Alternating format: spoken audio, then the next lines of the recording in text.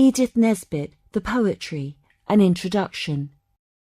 Edith Nesbit is more famously known as a writer of children's stories and ghost stories, some of which are available in other volumes. But in this volume we explore her poetry. Born in 1858 in Kennington, then part of Surrey and now London, her early life was one of constant house changes before meeting, age 17, Hubert Bland, who she was to marry 3 years later while she was 7 months pregnant. Additionally, Bland kept his affair with another woman going throughout. The 2 children of this relationship were raised by Edith as her own, as well as their own 3. They founded the Fabian Society in 1884.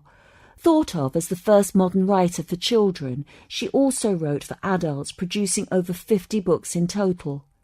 Like many consummate writers who yearn to be recognised as poets, their other works are given greater recognition. Now in this volume, you be the judge. These poems are brought to your ears by Gisela Rowe and Richard Midgley. The Beatific Vision. O God, if I do my duty and walk in the thorny way, will you pay me with heavens of beauty, millions of lives away? Will you give me the music of heaven and the joy that none understands, in place of what life would have given if I had held out my hands? I have lived in a narrow prison, I have writhed 'neath a bitter creed, and I dare to say that no heaven can pay the renounced dream and deed. But when my life's portal closes, if you have no heaven to spare, God, give me a garden of roses and someone to walk with there.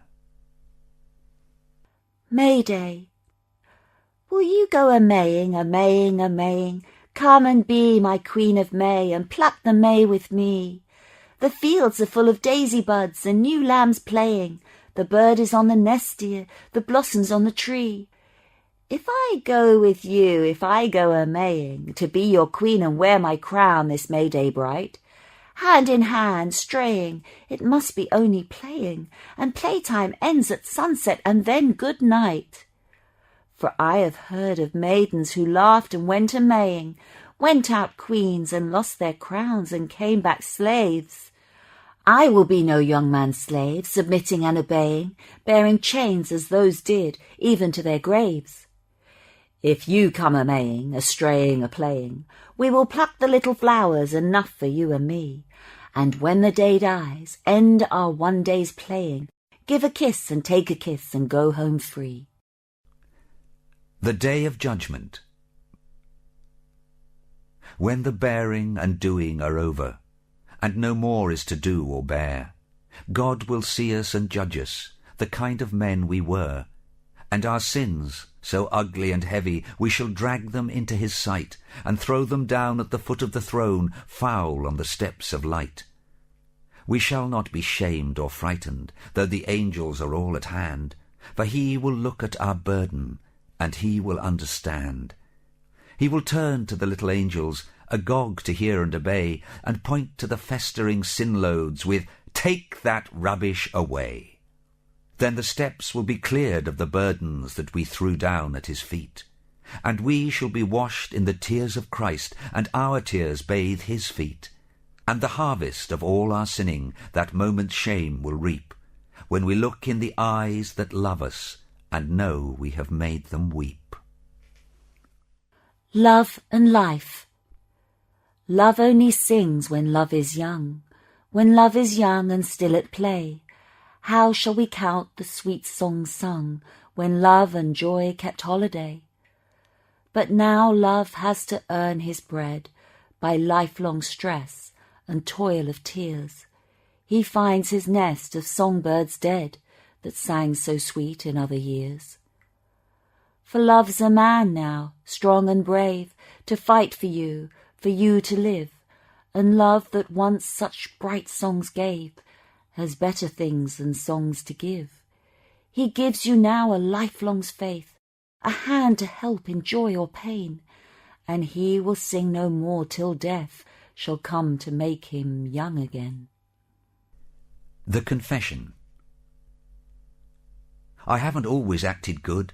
I've taken things not meant for me. Not other people's drink and food, but things they never seem to see. I haven't done the way I ought, if all they say in church is true. But all I've had I've fairly bought, and paid for pretty heavy too. For days and weeks are very long if you get nothing new and bright, and if you never do no wrong, somehow you never do no right.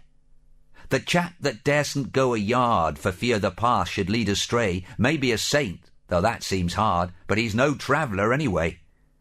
Some things I can't be sorry for, the things that silly people hate.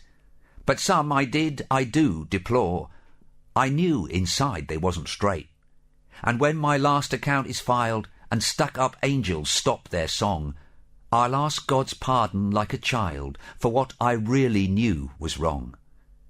If you've a child, you'd rather see a bit of temper off and on, a greedy grab, a silly spree, and then a brave thing said or done, than hear your boy whine all day long about the things he mustn't do.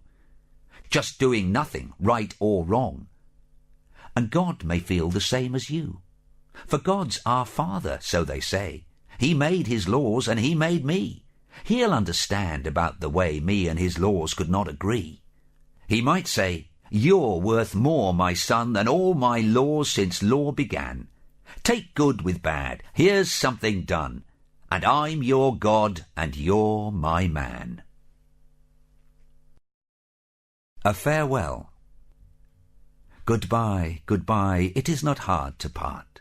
You have my heart, the heart that leaps to hear your name called by an echo in a dream.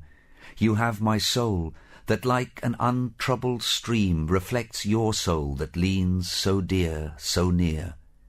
Your heartbeat set the rhythm for my heart. What more could life give if we gave her leave to give, and life should give us leave to take?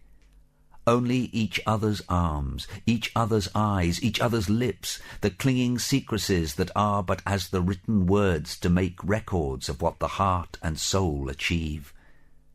This, only this we yield, my love, my friend, to fate's implacable eyes and withering breath. We still are yours and mine, though by time's theft my arms are empty and your arms bereft.